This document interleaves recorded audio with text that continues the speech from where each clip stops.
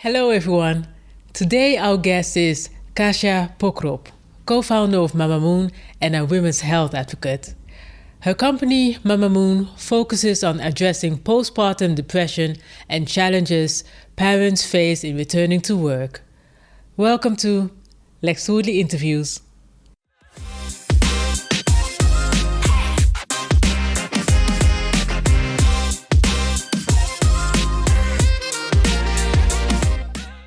Kasia, welcome. So nice to be here. Thank you so much for having me today. Do you think men would be interested in the talk today? It's a very good question. Actually, last week I was already asked about Mamamoon. And my co-founder, he's a man. He actually found me because he was very much interested in the topic itself. And there is also a big part of, program that we are working now, which is very much directed at men as well. So absolutely. Besides maternal health, what aspects of Mamamoon would be interesting for others? Yeah, where should we start? So there is maternal health, but there is also building a community from the moment that you actually decide to become parents. There is an aspect of support, so building that support network for yourself, also with the experts, with the right help throughout life as well, and women's health as such. So not just the time during motherhood, but also topics around menstruation, trying to conceive, perimenopause, menopause, so really with different angles. Yeah. Could you share about the frustrations you had regarding birthing options and comparing the Netherlands to Poland, where you're from? Yes, and probably I will do it again with that passion that I felt at that time. Indeed, I'm originally from Poland, where birth is very medicalized. I came to the Netherlands in 2008. All my best friends in Poland, they had a C-section, not because they had to, they were scared to do it any different. And also me, when I came to the Netherlands, I was with that feeling, why I cannot pick a C-section. Like, you're doing home births, are you crazy? So it took me a while to understand, the natural birth is actually better for recovery. It took me another while to decide to try to do it this way. And the moment I did, I also realized I was pregnant with my daughter, and I was given so many options on the table. And nobody ever pushed me into you have to go hospital or home birth or, that was everything was around there. If I wanted to learn more, I was always given more possibilities to dive into the topic. And when Lily was born, it was intense, but it was such a good birth. And I felt like if I can do this, I can do anything. And first I felt like a superhero, and then I was a bit pissed off because I also realized that if I was in Poland, I wouldn't have this experience. So why the hell do you need to be in the Netherlands to have all those options on the table? Why do you need to speak English to have access to this information? Because it's not like it's rocket science. It's out there. You can find it, but not everybody speaks English. And also with the amount of information that is being thrown at you when you're pregnant, finding the resources that actually make difference, it's not always so easy. So that was really the drive also behind Mamamoon also when we started it. And why is it in Poland like this? It's not only in Poland. It's actually Netherlands is quite special because it's the whole Eastern Europe is way more medicalized. Germany as well, France, Italy, Spain. So a lot of countries just around the border have a similar experiences as also in Poland. Maybe not to the extent that you can go and sign up for a C-section, but it is what works. Just different. It's just different access to information which is being promoted. Have you discovered why the Netherlands is special in this case? The whole system with the midwifery is what is leading the change.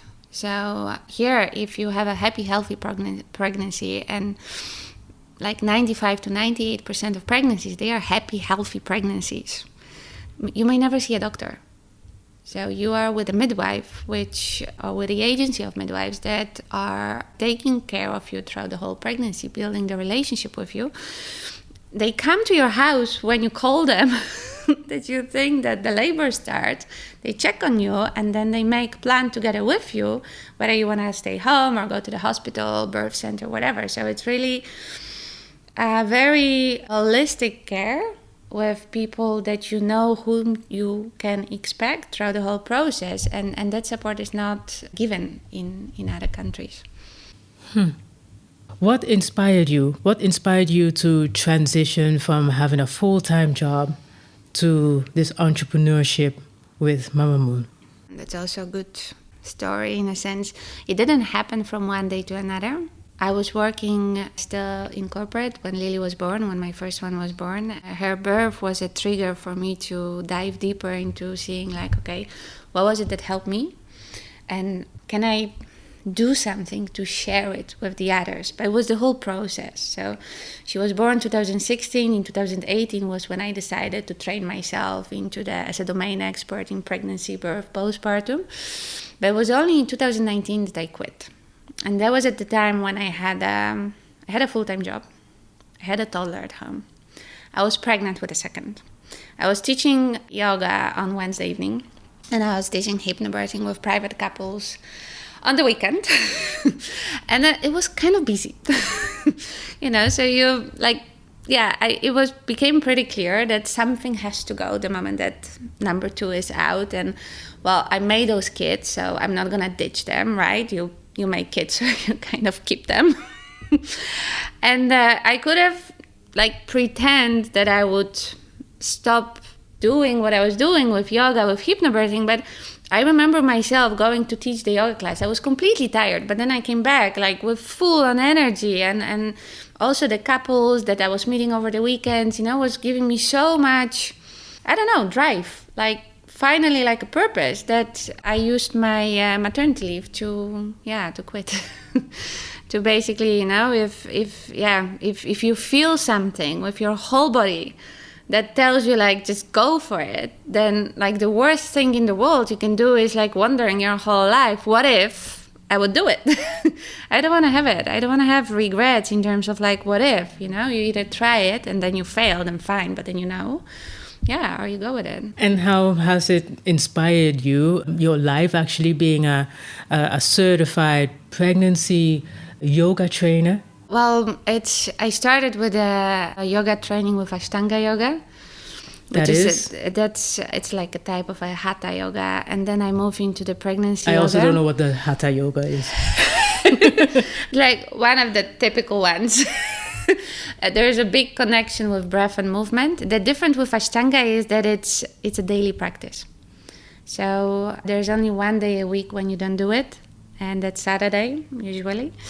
And otherwise you have a discipline to step on the mat every day. And it changed my life. Yeah, it in a way, in so many ways. Examples? Well, I used to, I never ask myself what I want to do, if what I'm doing is actually something that gives me purpose or brings any value. And when I did the teacher training, I thought that you follow 200 hours and they teach you how to teach a class. But you learn about Ayurveda, you dive into philosophy, you experience breathing, meditation practices, which it's like scratching a surface on so many ways, that there is so much more out there to also explore when it comes to you as a person. Is it what I'm doing? Is it a good spend of my time as well? And that, because that happened around the same time when I got my daughter, on one hand, every time I was not with my daughter, I realized I was looking at it, is it worth it? My time when I'm working is the time taken away from my daughter. So am I spending it right? And then with combination with yoga, that was giving me the options you can do so much more. That it was a beautiful process of discovery, not just discover yourself and becoming maybe more empathetic to life, to people around you. And later on, it became also my career, in a sense that whether it was during the motherhood time, which is great, but sometimes it's not so great.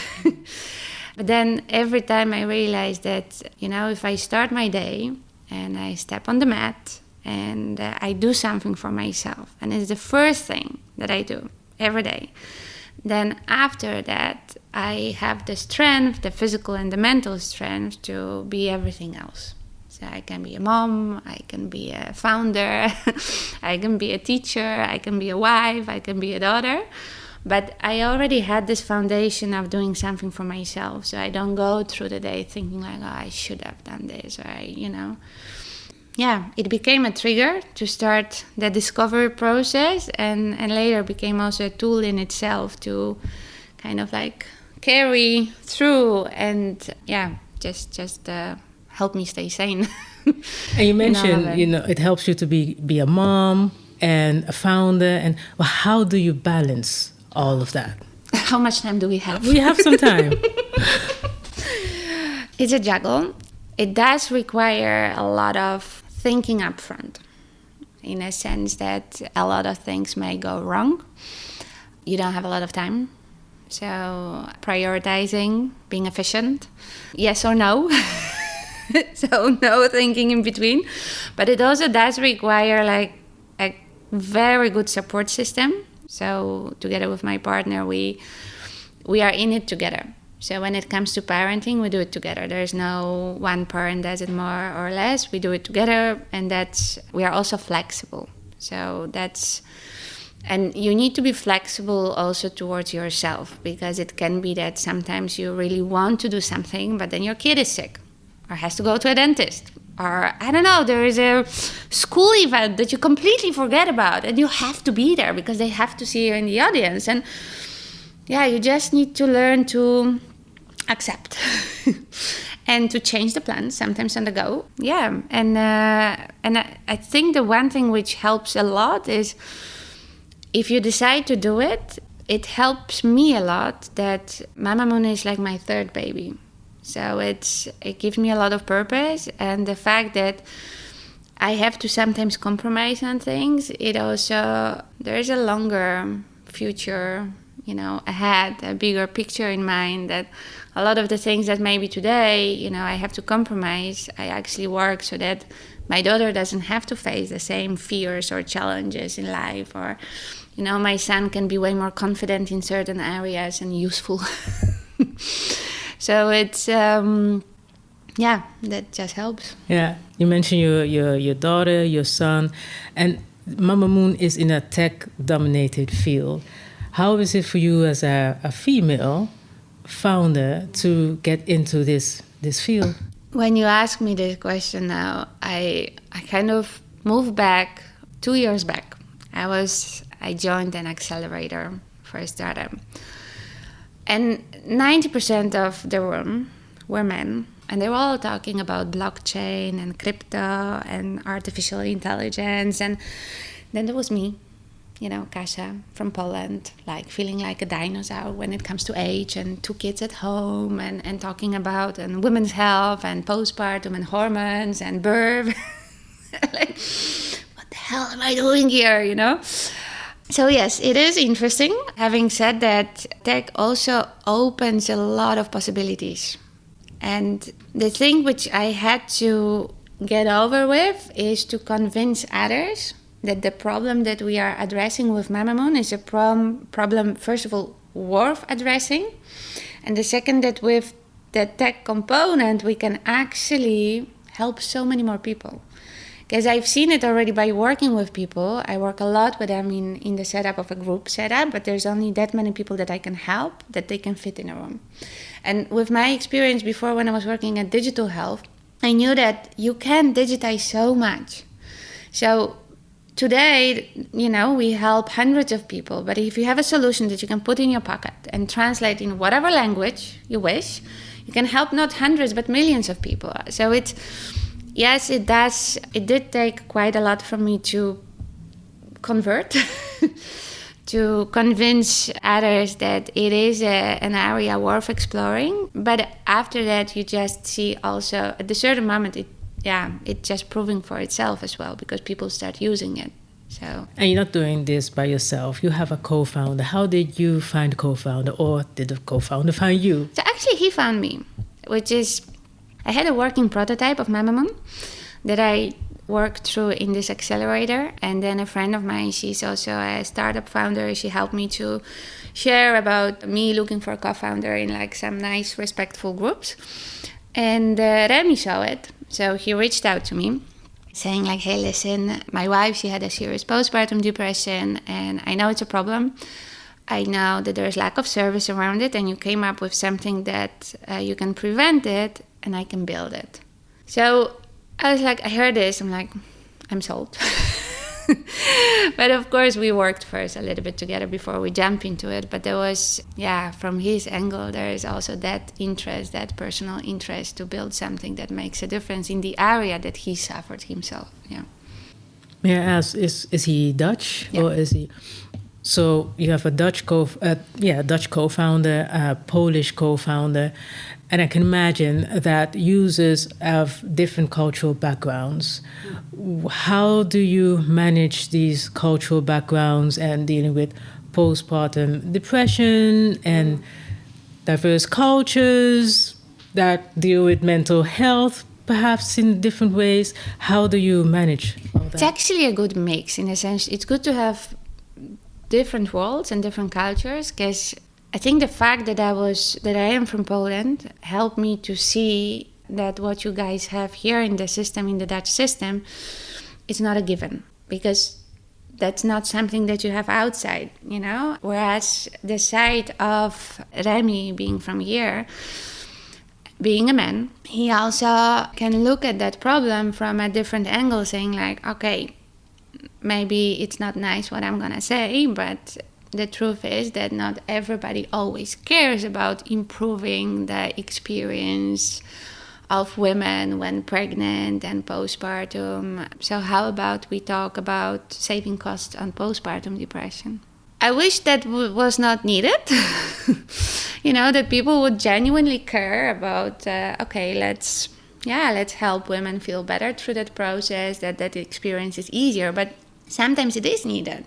And sometimes having that possibility of looking at it from a different angle, like, it's still the same product.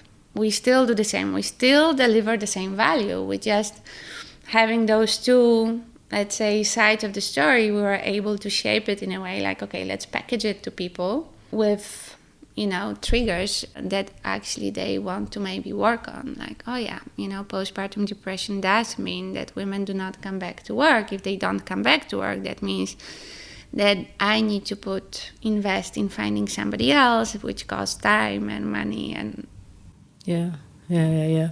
So walk me through the app without having to open the app and, you know, visualize. Could you visualize it without that we have to have it on the screen? How would you walk me through the app? Sure. So we do use the weeks of pregnancy and the postpartum. The whole app is for the full pregnancy and 16 weeks postpartum. So when you start, we ask you one thing. We ask you what is your due date or what is the birth of your baby, so that to see if you still fall in this program. And let's say that you tell us your due date, we calculate that you're maybe 28 weeks pregnant. You arrive at the screen where you have 5 things that are relevant for you in your pregnancy today with an impact on birth and postpartum recovery. So we don't talk about that your baby's the size of a melon or a strawberry or a banana, I don't know. It's all very cute, but kind of useless. We give you tips when it comes to your physical health, your mental health, and also at a certain moment start talking about the positioning of the baby so that the baby goes, for example, head down. There are ways that you can actually help it. And those are the 5 things that you see, which we put in something which is called Activity Corner. Now, every moment that you tick it off, like you're sort of like a to-do list, you get a point. We made them unicorn points. I was asked, a little bit like in Duolingo, you know? So we often call it like a Duolingo for birth or postpartum depression. And I was asked once about that symbol, because Duolingo has the diamonds. Like, Kasia, what is your favorite symbol? I'm like, unicorn, you know, my daughter Lily, she loves unicorn. So you get honestly, we tested it. So it's not that we tested it. Everybody loves unicorns. You get your unicorns and then you can exchange them. So you go to rewards, which we call, you can go and shop. And you can exchange it for, sometimes it's diving deeper into some video courses. But the thing which has huge value also for the mamas is that you get access to experts. So you can have your one-on-one with an expert from the field of nutrition or supplements or hormones, breastfeeding, pelvic floor, sleep coaching, name it. Instead of going to Google and saying, is XYZ normal? You can actually ask those people. So further personalize your plan. And you can also exchange it for some vouchers with discounts for the brands that we love. So we have no advertisement in the app. We share the experts and we share the products that we truly love. There's a lot of sustainable parenting. There's also natural products, services that prove to help a lot. And we're just happy to bring it to them. And if collecting unicorns and exchanging them for rewards make my mamas do what we nicely ask them to do, then it's fine, So we tested it as well. So it worked as a charm. But yeah. In the beginning, you mentioned something like, there could be a Mamamoon. How would a Mamamoon app potentially look like? So actually, we are technically ready for it because it was in the initial design of the app. I was already at that time asked, can we have a program for the partners? And the question came from my father. So technically we are ready for it. And the program it's structured in a similar way. It is focused on the mother. So how can you support the mama-to-be towards smoother birth and easier postpartum recovery? But it's from an angle of a partner. So we had already a couple of interviews with partners, to understand what are the questions that they would love to have it answered, and also what are the topics typical for them. Because it's only truly strong and holistically supported if they both feel happy in it, right? So and there's so much focus also on the baby, on the mom. There's very little on the partner, and creating that community as well, like we are now creating for the mamas. But then they just love it, like we don't have it yet, the digital solution for the dads, but we are testing things left and right. And it's like the questions we are getting and the support, What are some of the questions that dads some of the have? things they just want to be useful. So they want to know like, okay, how can I help? And like, tell me exactly what to do, how to fix it. There's also questions like, give me a list of all the things I have to organize and buy, when we are still pregnant for after. And so it's very like a wide range as well. But in principle, they truly want to be useful, but they also told one of them, he was so beautiful. He said, I just want to start feeling like I'm a parent, because of course it's different when we have a baby in our belly, then our body is changing and the baby starts kicking. So we become moms before the baby is born, because you just grow with that feeling. And for them, quite often is that only when the baby is born, then this is all kind of thrown at you. And if you find a way that you can make them connected already before, that makes this whole journey so much stronger, because they truly go through it together. Could you already give a preview before the app comes out, the Mamamoon app?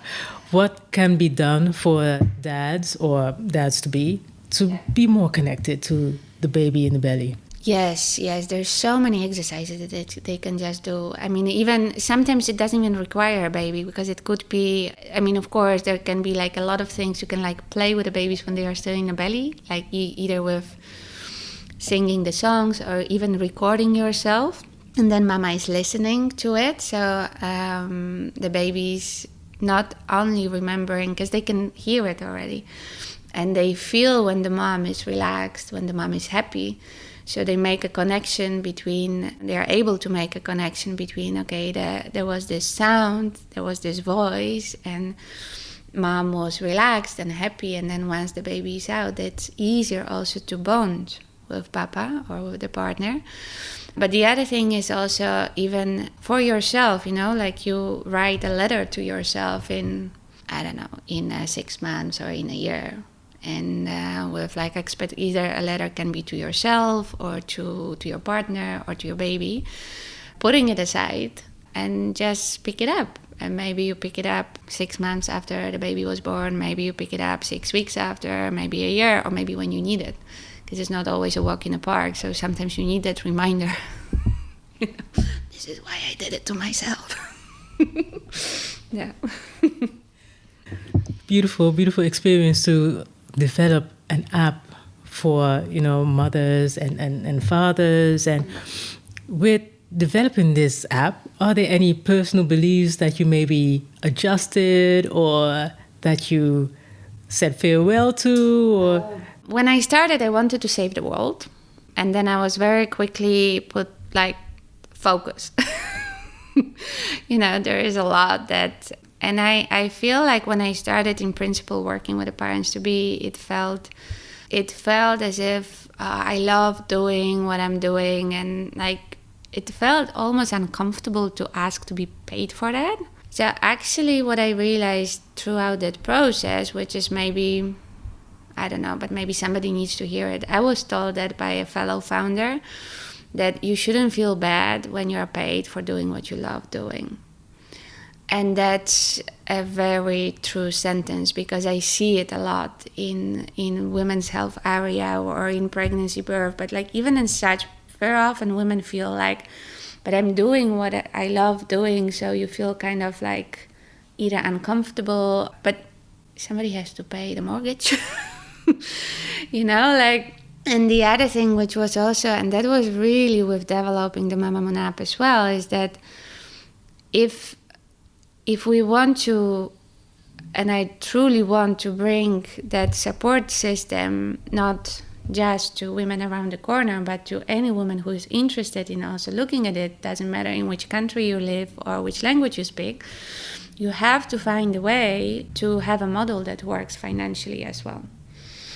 So that was, and for me, that was really that relationship with money was something I had to get over it. It's not that, from changing the world, you want to have a unicorn that's blowing out of proportion. When I think about it, I want to blow it out of proportion. I want to bring it to anyone who truly deserves it. And I think every woman deserves it.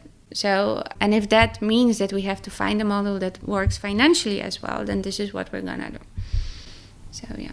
And you have a background in marketing, right? How has your background and network in marketing, how did that come together for Mamamoon? Well, it was network is gold. So it's really, during the time I started with marketing, I did a lot of project management, I did the product management. During the time when I was working at digital health, I had a network of people who, they were senior scientists, they were researchers, but also UX, UI, designers, developers, people in health. And that was, let's say being able to have someone that you can call and pick their brain, hey, I'm doing now this and that, but actually I'm not sure if I should go left or right. What would you do? And that network, I heard it actually at TNW when I was recently, your net worth is your network, and that's so true. This is so true. Why is that true? Yeah, go ahead. It's really, you cannot do everything by yourself. And it's especially when you are founding a startup, and even though I had a strong area of the domain expertise, right? I had that area of the digital health. Remy has a huge, the technical background. So we have already a lot together, but there is still business, B2B, and the business development, and the sales, and the legal, and the taxes, and then you're your head is spinning. So, and you don't have to do it by yourself. That's the other thing, is that, yes, it's good to have an idea so that you can judge also for yourself what you take with the input that you receive. But there's a lot of people who can actually step in and help. And you just need to know where to find them. So that's not to lose the time on kind of finding and like deciding whether you trust them or not. This is where you fall back into your network as well. So what are practical tips to have a network? Oh yeah, just start building it as early as you can, really. And it's, I think, never also in the, I'm very happy to help people. I never start a connection or relationship in view like how you can help me. No, I'm very happy to help. If there at any point it happens that, you know, you can help me, great. But having that attitude of not just taking but also giving, I also heard it somewhere like to pay forward or something like that. Yeah, just helping each other. And that can start at the university, that can start at any moment, talking about what you're doing. I mean, my kids are now both at school, and some of the best connections I made, like really in this like schoolyard, waiting, you know, for them, or recently like at the play date, finding out what the other moms are doing. And I'm like, huh. So just talk about it and be yourself and honest, and it finds you. And you said finding out what other moms are doing. I know for me it works well to just be curious about what the other person does. Yeah. And then, you know, if you get information that is good for yourself, that is a bonus. Yeah. But just to know what is out there, who's doing what. Oh, how interesting. Oh, is that what is also possible in this world? Yeah. Absolutely. Listening. We're asking questions. Yes, absolutely. And it's, this way you also, sometimes maybe it means that we become vulnerable because you share something and, you know, but it's fine. It's just be authentic. What do you have, like, because you mentioned vulnerability, do you have like a border, like, okay, this is the most vulnerable I would get, is wise to be to like have a bigger network? How do you see that then? What do you share? How vulnerable are you in networking? It depends who you have in front of you. Yeah, I don't think at a certain moment I just lost paying attention so much to what I say in front of whom. I just thought that there's different ways of dealing with things, and as long as you are yourself, then you can justify it. So I wouldn't pretend, like if I feel shit, then I feel shit. Or if there's a recent failure, you would share and see maybe if you connect. Why not? That was a big lesson to me also from the motherhood itself. Because it's a lot of things that we try to make pretty, or we don't talk about it because we think that we are a failure, and you kind of want to pretend like you have this together, and then it turns out that once you start talking about it, it turns out that everybody is dealing with the same thing. And it doesn't mean that you are a bad mom or a bad, wife or a daughter or a sister. It's like everybody has the same. So like actually talking about failures or your struggles or questions, it helps to normalize things. So that mental load is also a bit less. And actually in this sense, maybe not so much different when it comes to motherhood or a startup life. What is a big achievement that you hope that you could share in a few years, in 2-3 years? Oh, I would love to have Mamamoon globally. So that we are now in Europe. We actually added Dutch language, testing it now. Congrats. So it's like a last week thing, but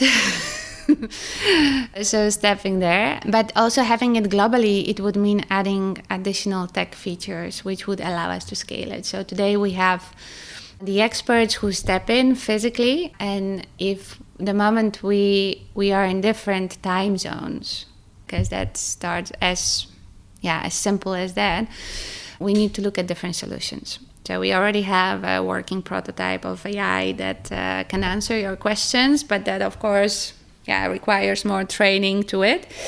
Also talking with the companies to have your data from like a biodata, so we can further personalize the plan. Yeah, there's a lot we can do. How many years do you hope? I said 2, 3. I would say between 3 to 5. Yeah. Because the bigger goal, which we are still looking at, is today we are within the motherhood.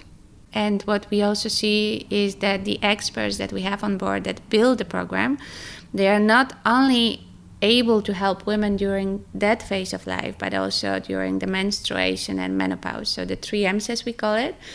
And being able to support women from as early, maybe even going into education system and helping. We got this feedback so much already, like, you should go to schools and help them there so that you start educating yourself as early as you can. Which levels, which schools? High schools.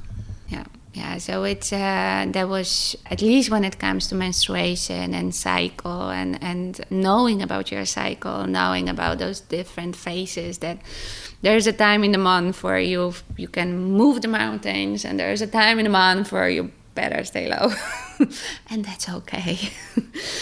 Also talking about that. So that starts about, it would be around the high school, but then would make a huge difference on how women, young girls becoming, women, they actually approach themselves without having this constant pressure of I have to deliver every day at the same level and it has to be high, but just having more empathy towards yourself. What about the boys? Do they need to be educated too, or is this actually really I would love it. No, we had those questions already. If it's different level of education, so they don't go through so much hormonal changes as we do. But if they understand what it is that we are going through, then they also understand that, okay, so, they are not crazy. And it's just her in this part of the month, and it's a phase, and it will be different. And it gives them more... again, it doesn't bring a fix of like, how should I, treat that girl or that woman in a way that, it works. But sometimes it just gives them a bit of, understanding of the whole process, which, makes it, then you are fully aligned. Then you also don't give those expectations. Now we organized a holistic approach on women's health events now on a regular basis as well. And we had a request to do something with men as well. So it was actually women who joined those events saying like, okay, can you make sure that our partners, they know about it, because then they stop calling us crazy. Networking. What type of people would be welcome to contact Mamamoon? I love collaboration. I love it. I do feel that together we can do so much more and have a bigger impact. And where we are today, if you look at the women's health area, so there's some areas which are very specific. So if you think about the Mamamoon app, we already have running collaborations with experts. So experts from women's health, pregnancy, birth, postpartum, early parenting, but also companies that either have products which support women, parents at this stage, either sustainable parenting or natural cosmetics, anything that makes it a bit easier as well. So that's something that we can do tomorrow. And then, of course, thinking about those 2 other M's, so menstruation and menopause, also experts from this field, companies that also want to work with us, so want to bring Mamamoon on board. So the app is available in the App Store, in Google Play, but we have a really, really good program for corporates where we can bring it to the employees with a digital element of the app, but then also with the webinars, with the events, with the personal plans for the female employees that can cover the whole phases, at least again from menstruation to menopause. Yeah. Where can everyone find you? On LinkedIn. So always willing to connect. So just myself, Kasia Pokrop. Our website is mamamoonapp.com. So that's where you can find more details about the app, about the events, about the corporate program. Yeah, but I'm always happy to be approached. So yeah. And I'm happy that you were here. Thank you so much, Kasia. Thank you so much. Super nice. Thank you for the opportunity to share all of that as well.